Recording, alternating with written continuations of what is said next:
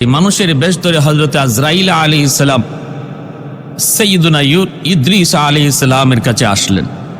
ভাইয়েরা আমার, বন্ধুরা আমার, খেয়াল করে মনোযোগ দিয়ে শুনুন। সফরে বের হয়েছেন একটা ফসলি জমি, ওই ফসলি জমির কাজ দিয়ে তারা যাইতেছেন, ফল ফলাদিতে ভরপুর বাগান। সাইয়্যিদুনা ইদ্রিস আলাইহিস সালামকে মালাকুল মউত আজরাইল বলতেছেন, ওগো আল্লাহর পয়গম্বর, চলুন আমরা ওই গাছ থেকে কিছু ফল ভক্ষণ করি। সাইয়্যিদুনা ইদ্রিস আলাইহিস সালাম বলেন, আপনি তো বড় আশ্চর্য মানুষ, হালাল খাবার আপনার সামনে পেশ করলাম, কিন্তু আপনি হালাল খানা খাইলেন না, এখন অন্যের মাল খাইতে চাইতেছেন। চলুন সামনে চলুন। সামনে চললেন, দেখেন বকরি রাখাল একদল, এক পাল বকরি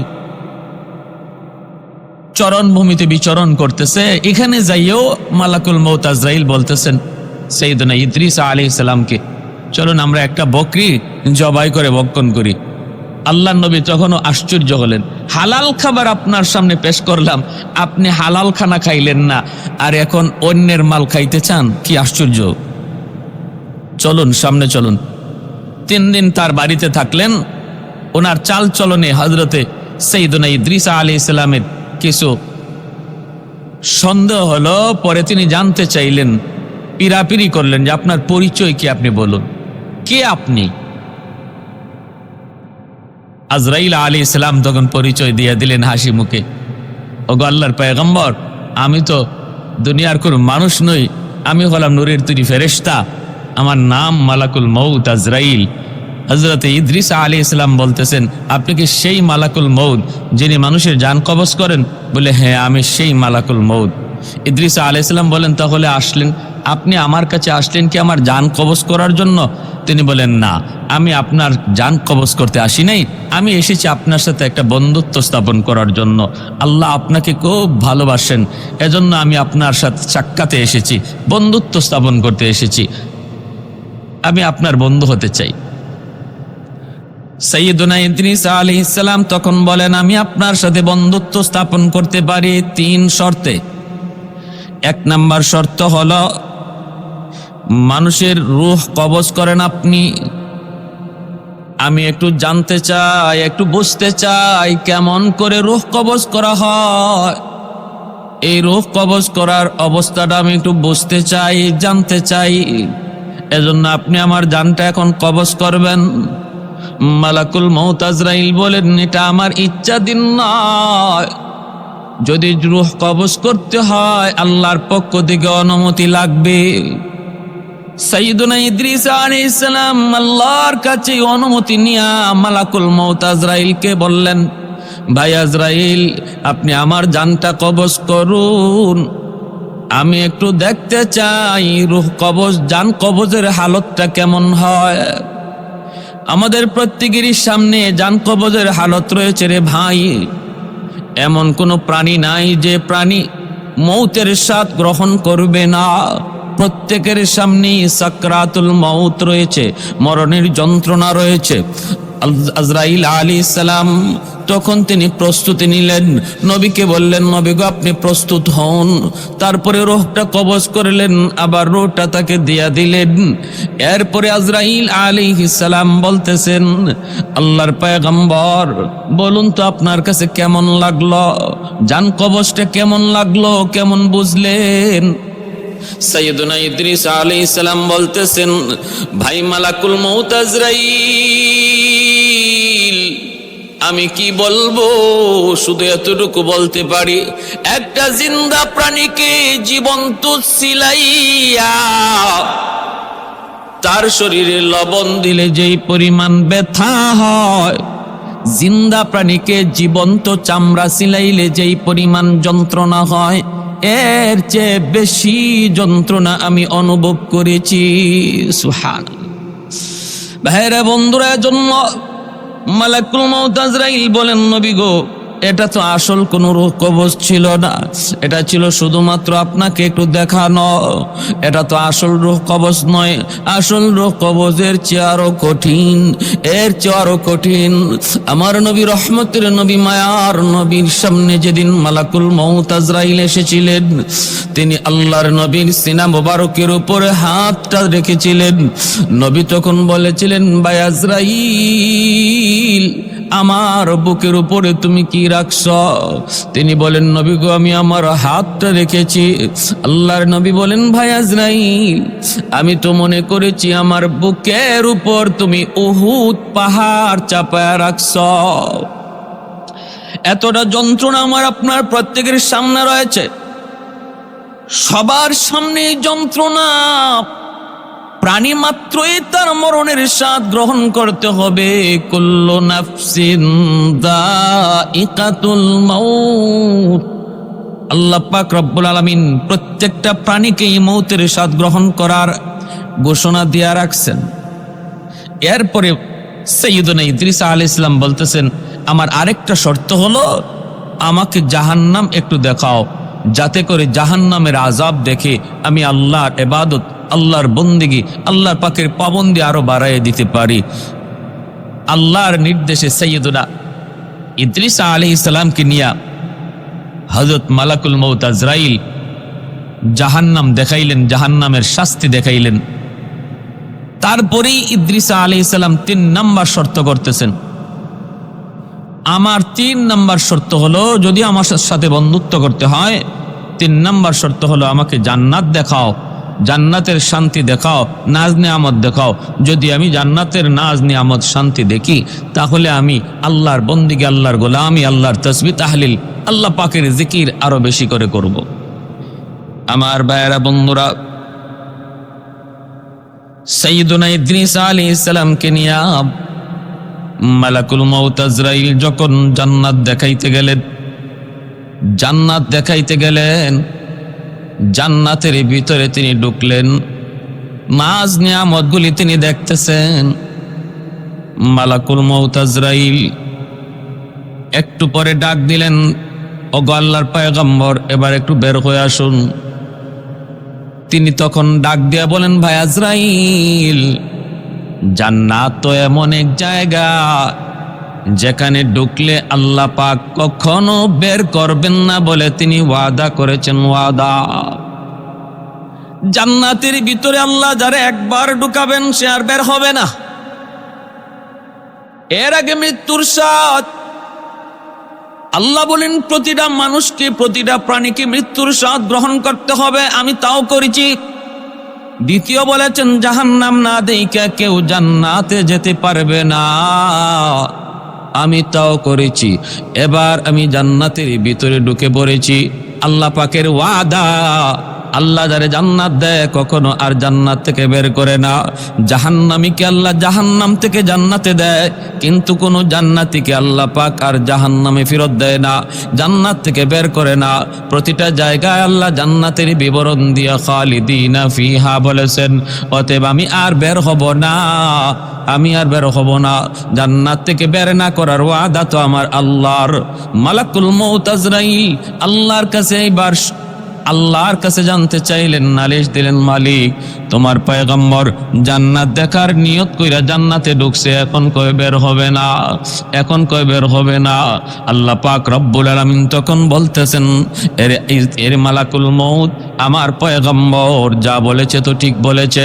জান্নাতে যে একবার ঢুকে তারে আমি আর বের করি না, সে তো ঢুকে গেছে, যদি নিজের ইচ্ছায় বের না হয় তারে বের করার কোনো সুযোগ নাই। তুমি চলে যাও, আমার পয়গম্বর ইদ্রিস জান্নাত ঘুরে ঘুরে দেখবে। এই যে মালাকুল মউত চলে আসলেন আর সাইয়্যিদুনা ইদ্রিস আলাইহিস সালাম জান্নাতে ঢুকলেন। আজও পর্যন্ত তিনি জান্নাতে ঘুরে বেড়াইতেছেন, জান্নাতে ঘুরে বেড়াইতেছেন। এজন্য ভাইরা, সাইয়্যিদুনা ইদ্রিস আলাইহিস সালাম কিয়ামত পর্যন্ত তিনি জান্নাতেই ঘোরাঘুরি করেন, জান্নাতের ভিতরে বিচরণ করেন। এই হলো একজন পয়গম্বর, যিনি পয়গম্বর হইয়া তিনি এখনো পর্যন্ত জীবিত, তাও কোনো দুনিয়ার জমিনে নয়, তাও আসমানের এমন এক জায়গা যেটা হলো জান্নাত, জান্নাতের ভিতরে তিনি এখনো আছেন। এ ভাই, খেয়াল করে মনোযোগ দিয়ে শুনো। 2 নম্বরে হযরত ঈসা আলাইহিস সালাম, তিনাকে আল্লাহ পাক আসমানে তুলে নিয়েছেন। ঈসা আলাইহিস সালাম এখনো জীবিত, আসবেন এক সময়। কোন সময়? শেষ জমানায় দাজ্জালের সাথে জিহাদের জন্য, দাজ্জালকে প্রতিহত করার জন্য ঈসা আলাইহিস সালামের আগমন হবে। ভাইরা বন্ধুরা, এজন্য বলতেছিলাম দুজন পয়গম্বরের কথা আল্লাহ পাক কোরআনের মধ্যে বলেছেন। ইদ্রিস আলাইহিস সালামের ব্যাপারে আল্লাহ বলেন, ওয়াজকুর ফিল কিতাবি ইদ্রিস ইন্নাহু কানা সিদ্দীকান নাবিয়্যা ওয়া রাফা'নাহু মাকানান আলিয়্যা। স্মরণ করো আমার পয়গম্বর ইদ্রিস এর কথা। আমি তারে ইজ্জত দিয়েছি, সম্মান দিয়েছি এবং তাকে উঁচু স্থানে উঠে নিয়েছি। সে ছিল সিদ্দিক, তিনি হলেন সিদ্দিক। আমি তাকে সর্বোচ্চ উচ্চ স্থানে পৌঁছে দিয়েছি। ঈসা আলাইহিস সালামের ব্যাপারে আল্লাহ পাক রব্বুল আলামিন পবিত্র কোরআনের বিভিন্ন জায়গায় বলেছেন, আমি ঈসাকে উঠায় নিয়েছি। কেন? ঈসা আলাইহিস সালাম যখন কওমকে তিনি তাওহীদের দাওয়াত দেন, একত্ববাদের দাওয়াত দেন, তখন ঈসা আলাইহিস সালামের কওমের লোকেরা তারা তো বিশ্বাস করে না, কারণ ঈসা আলাইহিস সালামের কাছে কিতাব নাজিল হয়েছে ইনজিল, আর ওনার আগে মুসা আলাইহিস সালামের কাছে কিতাব নাজিল হয়েছিল তাওরাত। তিনি যখন ইনজিল কিতাবের দাওয়াত দিতেছেন, কওমের লোকেরা কয়, আমরা তাওরাত কিতাব মানি, তাওরাত ছাড়া অন্য কোনো কিতাব মানি না, না মানি না। ঈসা আলাইহিস সালাম তিনি তো আমার আপনার নবীর সুসংবাদও দিতেছেন। শেষ জমানায় একজন নবী আসবেন, আহমদ। এই কথার উপরেও ইহুদিদের অবজেকশন, আমরা আর কোনো নবী মানি না, আমরা মুসা নবীকে মানি, কিতাব মানি তাওরাত, অন্য কোনো কথা আমরা সাপোর্ট করি না।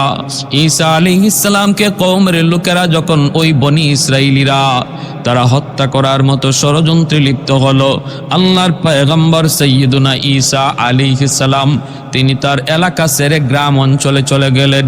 গ্রামে যায় তিনি মানুষকে তাওহীদের দাওয়াত দিচ্ছেন, আখিরাতের কথা শোনাইতেছেন, নিজের নবী হওয়ার কথা, রাসূল হওয়ার কথা তিনি তাদেরকে পেশ করেন। গ্রামের কিছু মানুষ তার কথাগুলি মানল। এদেরকে ঈসা আলাইহিস সালামের হাওয়ারিয়িন বলা হয়, এদেরকে ঈসা আলাইহিস সালামের হাওয়ারিয়িন বলা হয়। গ্রামের মানুষগুলা কিছু ঈমান গ্রহণ করলো। এরপর ইহুদিরা সমবেত হয়ে ঈসা আলাইহিস সালামকে হত্যা করার জন্য ওনার খুঁজে, ওনার তালাশে বের হলো। পেয়ে গেল একটা ঘরের ভিতরে, চতুর্দিক দিয়ে তারা আবদ্ধ করে ফেললো। ঈসা আলাইহিস সালামকে তারা হত্যা করে ফেলবে। একজন নেতাকে পাঠাইলো, ওই নেতা সে তখন গেল, যায় ভিতরে ঢোকা মাত্রই আল্লাহ পাক রব্বুল আলামিন তারে সাহায্য করলেন।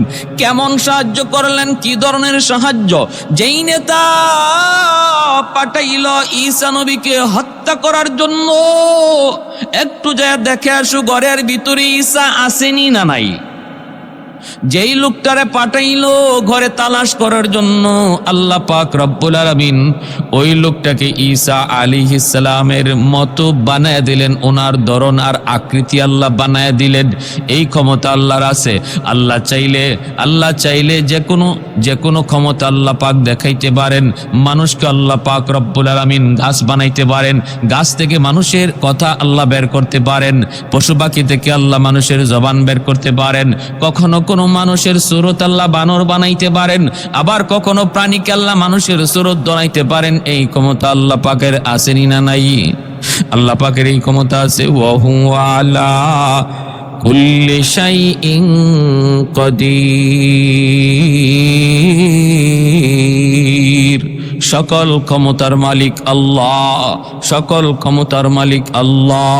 বনি ইসরায়েলের কিছু মানুষকে আল্লাহ পাক বানর বানাইছিলেন। পবিত্র কোরআনে আল্লাহ পাক সেই ঘটনা উল্লেখ করেছেন। মানুষগুলিকে আল্লাহ পাক বানর বানায় দিয়েছেন, এই ক্ষমতা আল্লাহর আছে। ঈসা আলাইহিস সালাম ঘরের ভিতরে আছেন কি নাই, এই খবর নেওয়ার জন্য যেই মানুষটাকে, যেই নেতাকে তারা ঘরের ভিতরে পাঠাইলো, আল্লাহ পাক রব্বুল আলামিন ওই মানুষটাকে ঈসা নবীর আকৃতি বানায় দিলেন। বেশ কিছুক্ষণ অপেক্ষা করার পর লোকজন তাড়াহুড়া করে সব ঘরে ঢুকে পড়লো। এইদিকে আল্লাহ পাক রব্বুল আলামিন জিব্রাইল মারফতে তার পয়গম্বর, তার রাসূল সাইয়্যিদুনা ঈসা আলাইহিস সালামকে তিনি আকাশে উঠায় নিলেন, আকাশে উঠায় নিলেন।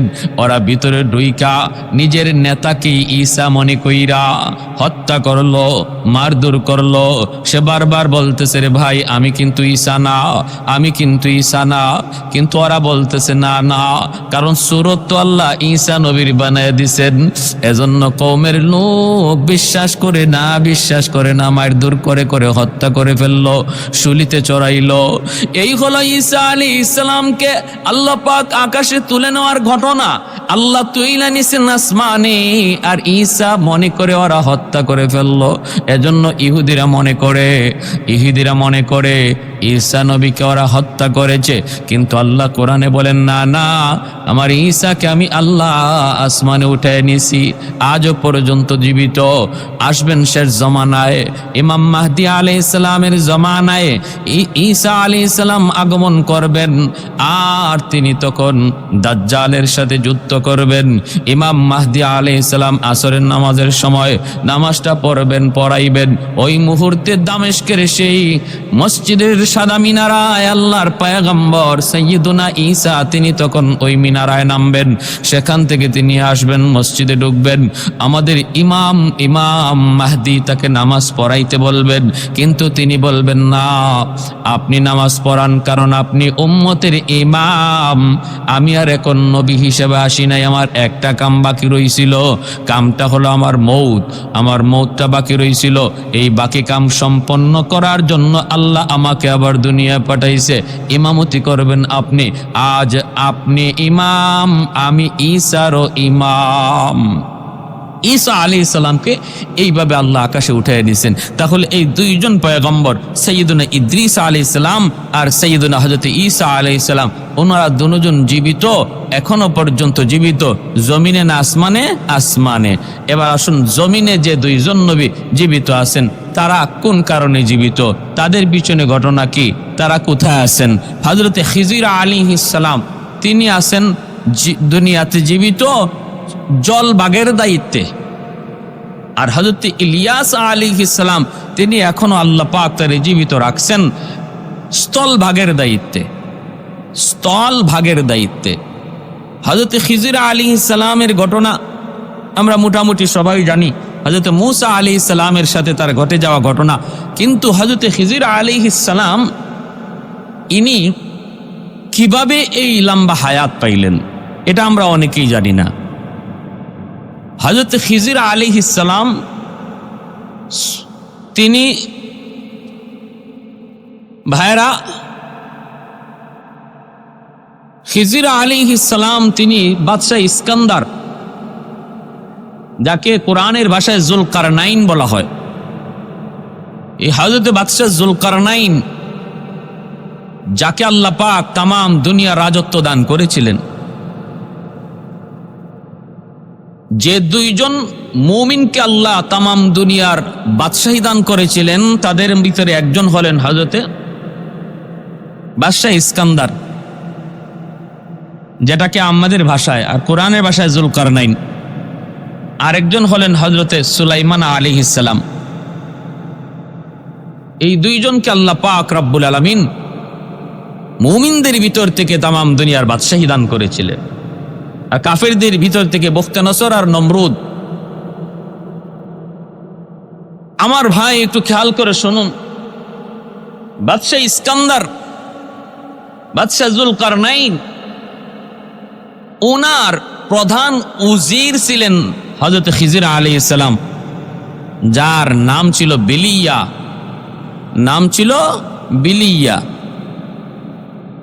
বাদশাহ জুলকারনাইন যখন ইয়াজুজ মাজুজকে প্রাচীর দিয়ে ঢেকে দিলেন, এই ঢাকার পরপরই তিনি আল্লাহর কাছে একটা আবদার করেছিলেন, আল্লাহ আমাকে তুমি অনন্তকাল একটা হায়াত দাও, যেন আমি বেশি বেশি তোমার গোলামি করতে পারি, বন্দেগী করতে পারি। তখনকার সময়ের যারা আবেদ ছিলেন, তখনকার সময়ের যারা সুফি ছিলেন, সাধক ছিলেন, তাদের কাছেও বাদশাহ সিকান্দার জুলকারনাইন তিনি জানতে চাইলেন, লম্বা হায়াত পাওয়ার কোনো আমল আছে কি, লম্বা হায়াত পাওয়ার কোনো একটা ধরন আছে কি না, একটু আমাকে বলো। সাধকেরা বলল, হ্যাঁ একটা সূরত আছে, লম্বা হায়াত যদি আপনাকে পেতে হয় তবে আবে হায়াত পান করা লাগবে। আব শব্দের অর্থ হলো পানি, হায়াত অর্থ হলো জীবন। এমন এক পানি আপনাকে পান করতে হবে যেই পানির মধ্যে জীবন রয়েছে। বলে এই আবে হায়াত পাবো কোথায়? আবে হায়াত পাবো কোথায়? সাধক তিনি তখন বললেন, কুহে কাফ নামক একটা পর্বতমালা, এই কুহে কাফ, এই পর্বতের ভিতরে অন্ধকার একটা গুহার মধ্যে পানি আবে হায়াত আল্লাহ রেখে দিয়েছেন, যা দুধের চেয়েও বেশি সাদা, মধুর চেয়েও বেশি মিষ্টি, মেশকে আম্বরের চেয়েও বেশি ঘ্রাণ। এই পানি যে একবার পান করবে, আল্লাহ পাকের উসিলায় আল্লাহ তারে লম্বা হায়াত আল্লাহ তারে দান করবে। তাহলে পেতে হলে কি করতে হবে? কই কুহে কাফ যেতে হবে, তালাশ করতে হবে। সেখানে অন্ধকার এক গুহা, সেই গুহার মধ্যে তালাশ করতে হবে। তবে এই তালাশটা অত্যন্ত বিপজ্জনক। তারপরও বাদশাহ জুলকারনাইন তিনি তালাশে বের হওয়ার ইচ্ছা পোষণ করলেন।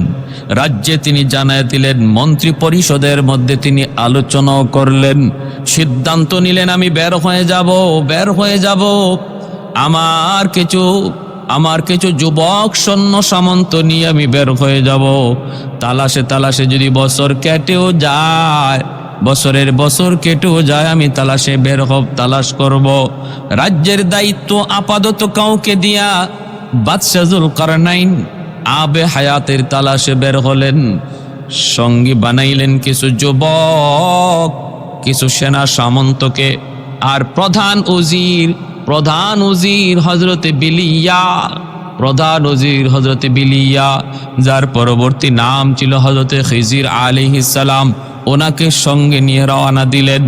অন্ধকার গুহার ভিতরে তারা তালাশ করবেন, বাতি জ্বালানো যাবে না, কারণ সাধক জানায় দিছে আগুন নিয়ে ওই গুহার ভিতরে ঢোকা যাবে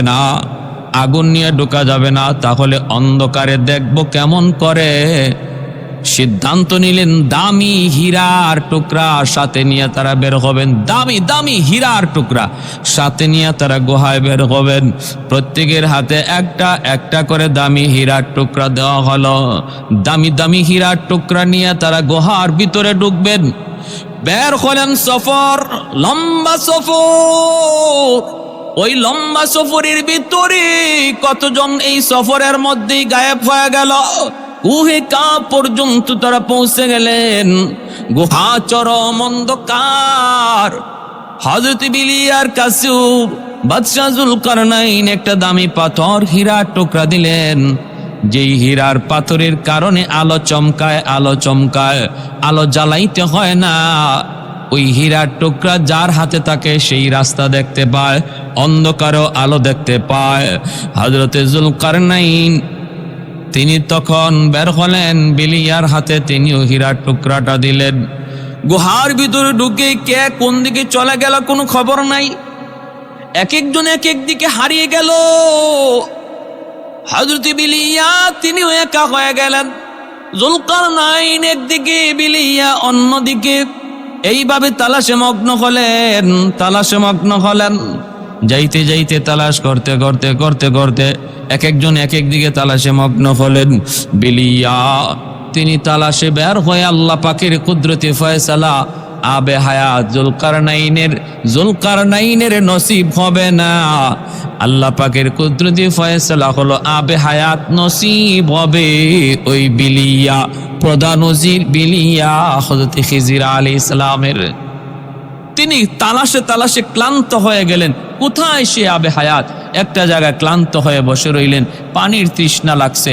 হযরত খিজির আলাইহিস সালামের তিনি পানির তৃষ্ণায় কাতর, কিন্তু পানি পাবেন কোথায়, পানি পাবেন কোথায়। এই অবস্থায় তিনি একটা আওয়াজ পাইলেন, এই অন্ধকারের ভিতরে একটা আওয়াজ পাইলেন, কোথা থেকে যেন পানি ছলছল ছলছল করে পানি পড়তেছে। পানি গড়ায় পড়ার যে একটা আওয়াজ, এই আওয়াজটা হযরত খিজির আলাইহিস সালাম শুনতে পেয়ে তিনি এই পানির তৃষ্ণা নিবারণ করার জন্য যেদিক থেকে পানির আওয়াজটা আসতেছে ওই দিকেই তিনি যাইতেছেন, ওই দিকেই যিনি যাইতেছেন। আলহামদুলিল্লাহ, যাইতে যাইতে যায় দেখেন একটা ছোট্ট পানির ফোয়ারা, ছোট্ট পানির ফোয়ারা, ওখান থেকে তিনি পানিটা পান করলেন, পানিটা পান করলেন। আলহামদুলিল্লাহ, পানিটা পান করা মাত্রই দেখা গেল কি একটা গায়েব থেকে আওয়াজ আসলো, হে বেলিয়া, তুমি তো সাধারণ পানি পান করো নাই, তুমি পানির তৃষ্ণা নিবারণ করতে এসে যে পানি পান করেছ, এই পানির তালাশেই তোমরা বের হয়েছ, যার নাম হলো আবে হায়াত। তুমি তো আবে হায়াত পান করে ফেলেছ। হযরত বিলিয়া তিনি বুঝতে পারলেন যে তালাশ, যার তালাশে বের হয়েছেন সেটা তিনি পেয়ে গেছেন।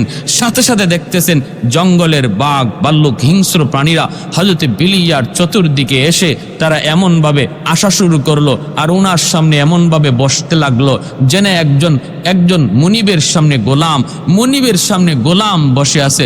জঙ্গলের প্রাণীরা তার সামনে এইভাবে বসে তার এতাআত করতে লাগলো, তার বাধ্যতা তারা বুঝাইতে লাগলো যে আজ থেকে আমরা আপনার বাধ্য, আপনি যা বলবেন আমরা তা মানব। সুবহানাল্লাহ। আয়ারে আয়ারে জিগর ইয়ারে নজর আব তু কাহা হ্যায়, यारे जिगर यारे नजर अब तू कहाँ है, दीवाना तेरा हो गया मैं मेरे खबर लो, दीवाना तेरा हो गया मैं मेरे खबर लो। ऐ दोस्तों अगर जाका नबी जाबा तो बख्शम। কবি কত সুন্দর করে একজন দেওয়ানা একজন আশিকের কথা বলতেছে। আয়ারে জিগর নূরে নজর আব তু কাহা হ্যায়, দেওয়ানা তেরা हो गया मैं मेरे खबर लो, देवाना तेरा हो गया मैं मेरे खबर लो। ऐ दोस्तों अगर जाका नबी जाबा तो बख्शम, ऐ दोस्तों अगर जाका नबी जाबा तो बख्शम, अज़ाजे अजी दोस्त बगुया बातो बख्शम, अज़ाजे अजी दोस्त बगुया बातो बख्शम। ऐ सल्ली अला आपका फैज़ान रिसाला, ऐ सल्ली अला आपका फैज़ान रिसाला, तो मिस्ल हजर ता वो हवारश करेगीना, तो मिस्ल हजर था वो हवारश करेगी ना, सदके में तेरे हो गया हो रहबरे उम्मत, सदके में तेरे हो गया हो रहबरे उम्मत, जो कुफ्र की जुल्मत से था एक आब्द कमीना, जो कुफ्र की जुल्मत से था एक आब्द कमीना। अयारे जिगर नूर नजर अब तो कहाँ है, दीवाना तेरा हो गया मैं मेरे खबर लो, दीवाना तेरा हो गया मैं मेरे खबर लो। ভাইরা, এই পানি যে পানির পান করার জন্য বের হয়েছিলেন বাদশাহ জুলকারনাইন, সেই পানি নসিবে রাখলেন আল্লাহ হযরত খিজির আলাইহিস সালামের, যিনি তখনকার সময়ে বাদশাহ জুলকারনাইনের প্রধান উজির ছিলেন। এর থেকেই হযরত খিজির আলাইহিস সালাম তিনি আবে হায়াত পান করার মাধ্যমে আল্লাহর পক্ষ থেকে আল্লাহর রহমতে আল্লাহ পাকের ইশারায় লম্বা হায়াত তিনি পেয়ে গেলেন। আজও পর্যন্ত জীবিত আছেন।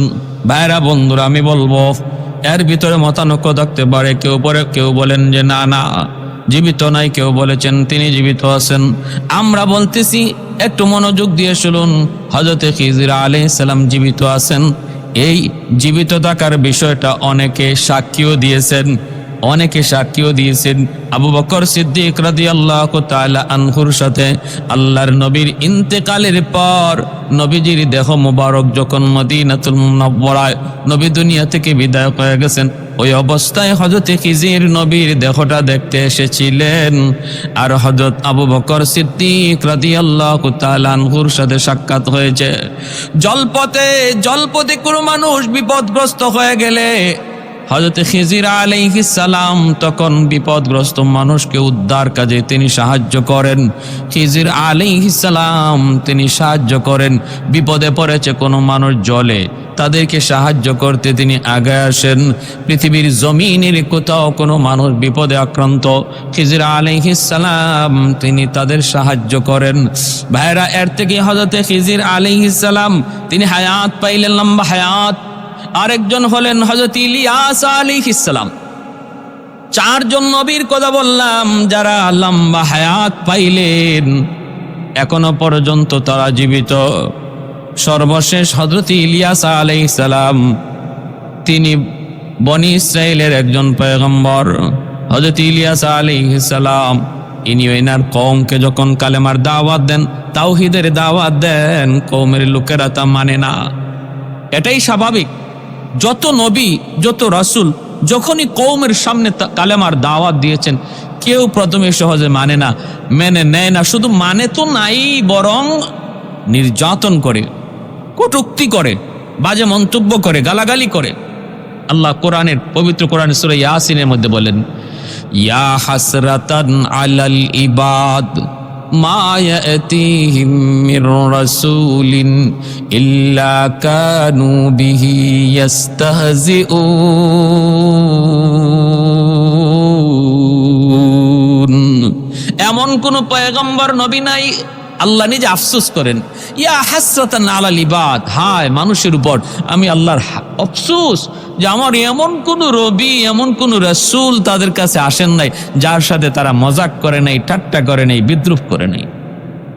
ইলিয়াস আলাইহিস সালাম কওমের সামনে আসলেন, এসে দেখেন এরা বাল নামক মূর্তির পূজা করে। বাল হলো এক সুন্দরী, বিশ্ব সুন্দরী এক নারী ছিল বাল নামে। ওই নারীর পূজা করে সে দুনিয়া থেকে মৃত্যুর পর, তখন তার মূর্তি বানায়া এলাকার মানুষ ও বালের পূজারী, তিনি কালেমার দাওয়াত দিতেছেন, মূর্তি পূজা না করতে নিষেধ করতেছেন। এই অবস্থায় তারা তার কথা মানল না। এমনকি বালকে তারা দেবতা তো মানেই, এই বালের 150 জন মিথ্যা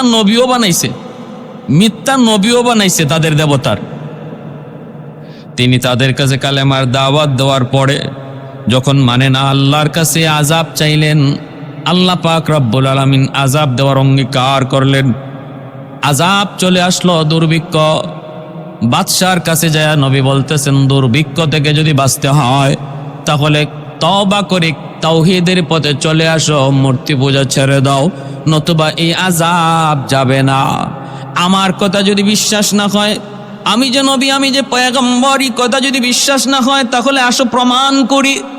তোমাদের যেই নবী, ওই বালের যে মিথ্যা নবী, এরা মিথ্যাবাদী নবী, আমি এটা প্রমাণ করতে সক্ষম। বাদশাহ তখন বলল, তুমি কেমন করে প্রমাণ করবা? তিনি বললেন, তাহলে ওই নবীদেরকে ডাকো, ওদেরকে বলো ওরা বালের নামে কুরবানি দিবে, আমি আমার আল্লাহর নামে কুরবানি দিব। আর তখনকার সময়ে কোরবানি কবুল হওয়ার আলামত ছিল আসমান থেকে আগুন আইসা যার কোরবানিটা খেয়ে ফেলতো, বোঝা যাইতো তার কোরবানি আল্লাহর কাছে কবুল হয়েছে। এই কথা বলার পর বাদশাহ তার ওই মিথ্যা নবীদেরকে ডাকলো, বাল দেবতার নবীদেরকে ডাকলো, ডাইকা বলল, এই হলো তোমাদের সামনে চ্যালেঞ্জ, ইলিয়াসের চ্যালেঞ্জ। তোমরা কোরবানি দিবা, রাখবা, সেও কোরবানি দিবে, বস্তু রাখবে, আকাশ থেকে যার কোরবানি এসে আগুন খেয়ে ফেলবে, বোঝা যাবে তার কোরবানি কবুল, তার ধর্ম সত্য, তার মতবাদ সত্য। এই কথা বইলা ওরা যখন কোরবানির বস্তু মাটিতে রাখলো, আসমান থেকে কোনো আগুনও আসে না। হযরত ইলিয়াস আলাইহিস সালাম যখন আল্লাহর নামে কোরবানি দিয়া বস্তু রাখলেন, আসমান থেকে এইভাবে আমার ভাইয়েরা আগুন আইসা ওনার কোরবানিটা খেয়ে ফেললো। প্রমাণ হয়ে গেল সবার সামনে যে ওনার কোরবানি কবুল হয়েছে। এই দিকে আমার ভাইয়েরা কুরবানি কবুল হওয়ার পর সাথে সাথে উপস্থিত মুহূর্তে কিছু মানুষ কালেমা পড়ে মুসলমান হয়ে গেল। কিন্তু বাদশাহ এবং বাদশার স্ত্রী সেটা মানে না, তাদের ষড়যন্ত্র রয়ে গেল, তারা ষড়যন্ত্র করলো হত্যা করার জন্য। তখন আল্লাহর পয়গম্বর সাইয়্যিদুনা হযরত ইলিয়াস আলাইহিস সালাম তিনি তখন এলাকা ছেড়ে অন্যত্র চলে গেলেন, এলাকা ছেড়ে অন্যত্র চলে গেলেন। ভাইরা, অন্যত্র চলে যাওয়ার পর সেখানে তিনি মানুষকে দাওয়াত দিতেছেন, আত্মগোপনে চলে গেলেন। খোঁজ তালাশে মগ্ন হয়ে গেল হত্যা করার জন্য। নবী তখনও তিনি এইভাবে নিজেকে আত্মগোপনে নিয়ে গেলেন। আর এইদিকে আল্লাহর পক্ষ থেকে তাদের উপরে আযাব আসলো, কঠিন আযাব, এমন আযাব আসলো যেই আযাবে এমন এক দুরারোগ্য রোগে আক্রান্ত হলো, সবগুলি তারা এই রোগে মারা গেল। আর ইলিয়াস আলাইহিস সালাম তিনি যে আত্মগোপনে গিয়েছেন সেখান থেকে আর তিনি ফিরে আসেন নাই। আল্লাহ পাক তারে ওইভাবেই আত্মগোপনে রেখে দিয়েছেন, কিয়ামত পর্যন্ত তিনি এইভাবে থাকবেন। শাওয়াহিদুন নবুয়া নামক কিতাবের মধ্যে একটা ঘটনা বলি। ও আল্লাহর নবী, রহমতের নবী, মায়ার নবী আবু হুরায়রা রাদিয়াল্লাহু তাআলা আনহু থেকে বর্ণিত, আল্লাহর নবী একদিন সফরে বের হয়েছেন, নবীর সাথে নবীর একজন সাহাবী। ওই অবস্থায় একজন মানুষ পাহাড়ের ওই প্রান্ত থেকে নবীকে ডাক দিল। আল্লাহর নবী সাহাবীকে বলতেছেন, তুমি এখানে দাঁড়াও, আমি একটু দেখে আসি। তিনি গেলেন, যায় দেখেন একজন মানুষ ঘোড়ার উপরে সওয়ার। তিনি নবীকে দেখে ঘোড়া থেকে নামলেন। নামার পরে দুজনে কথা বলতেছেন। সাহাবী বলেন, আমি দেখলাম তারা দুজনে কথা বলতেছেন। ওই অবস্থায় দেখলাম আসমান থেকে খাঞ্চা ভরা একটা খাবার তাদের সামনে নাজিল হলো। সেই খাবার তারা দুজনে খাইলেন, আমাকেও ডাক দিলেন, আমিও সেই খানায় শরীক হলাম। তারপরে আমি চলে আসলাম। নবী বললেন, তুমি একটু দূরে চলে যাও। একটু দূরে চলে গেলাম, তখন দেখি আকাশ থেকে একটা আবর এসে তারা ওই মানুষটারে আবার নিয়ে গেল। তিনি অদৃশ্য হয়ে গেলেন। আল্লাহর নবীকে আমি জিজ্ঞেস করলাম, নবী গো ইনি কে? আল্লাহর নবী বলতেছেন, ইনি হলেন আল্লাহর পয়গম্বর সাইয়্যিদুনা ইলিয়াস আলাইহিস সালাম, যাকে আল্লাহ পাক রব্বুল আলামিন আত্মগোপনে রেখেছেন। এখনো পর্যন্ত তার মরণ হয় নাই, কিয়ামত পর্যন্ত আল্লাহ তার লম্বা হায়াত দিয়েছেন। ইলিয়াস আলাইহিস সালামকে দায়িত্ব দিয়েছেন স্থলভাগের, তিনি স্থলভাগ বিচরণ করেন। আর খিজির আলাইহিস সালামের দায়িত্ব হলো জলভাগের, তিনি জলভাগ নিয়ন্ত্রণ করেন। ভাইরা বন্ধুরা, এজন্য বলতেছিলাম এই চারজন পয়গম্বর দুনিয়াতে এখনো জীবিত। আর জীবিত থাকার পিছনে রহস্য কি তাও বলে দিলাম। ভাইরা বন্ধুরা, এবার বলুন তো দেখি, হায়াত মৌত কার হাতে? বলে আল্লাহর হাতে। কার হাতে? আল্লাহর হাতে। ওই হায়াত মৌতের মালিক আল্লাহ। যাকে আল্লাহ হায়াত বাড়ায় দেন, যার হায়াত যেখানে শেষ আল্লাহ তাকে নিয়ে নেন। এটা আল্লাহ পাকের ইখতিয়ার, আল্লাহ পাকের ইখতিয়ার। তবে এই ঘটনা, এর ব্যাপারে মতভেদ আছে। কেউ বলছেন এটা হযরত আল্লামা জালালউদ্দিন সুয়ুতী রহমতুল্লাহি আলাইহি ওনার মতে যে তারা এখনো জীবিত। কিন্তু আল্লামা ইবনে কাসির তার তাফসীর ইবনে কাসিরের মধ্যে এগুলাকে তিনি বিশুদ্ধ বলেন নাই।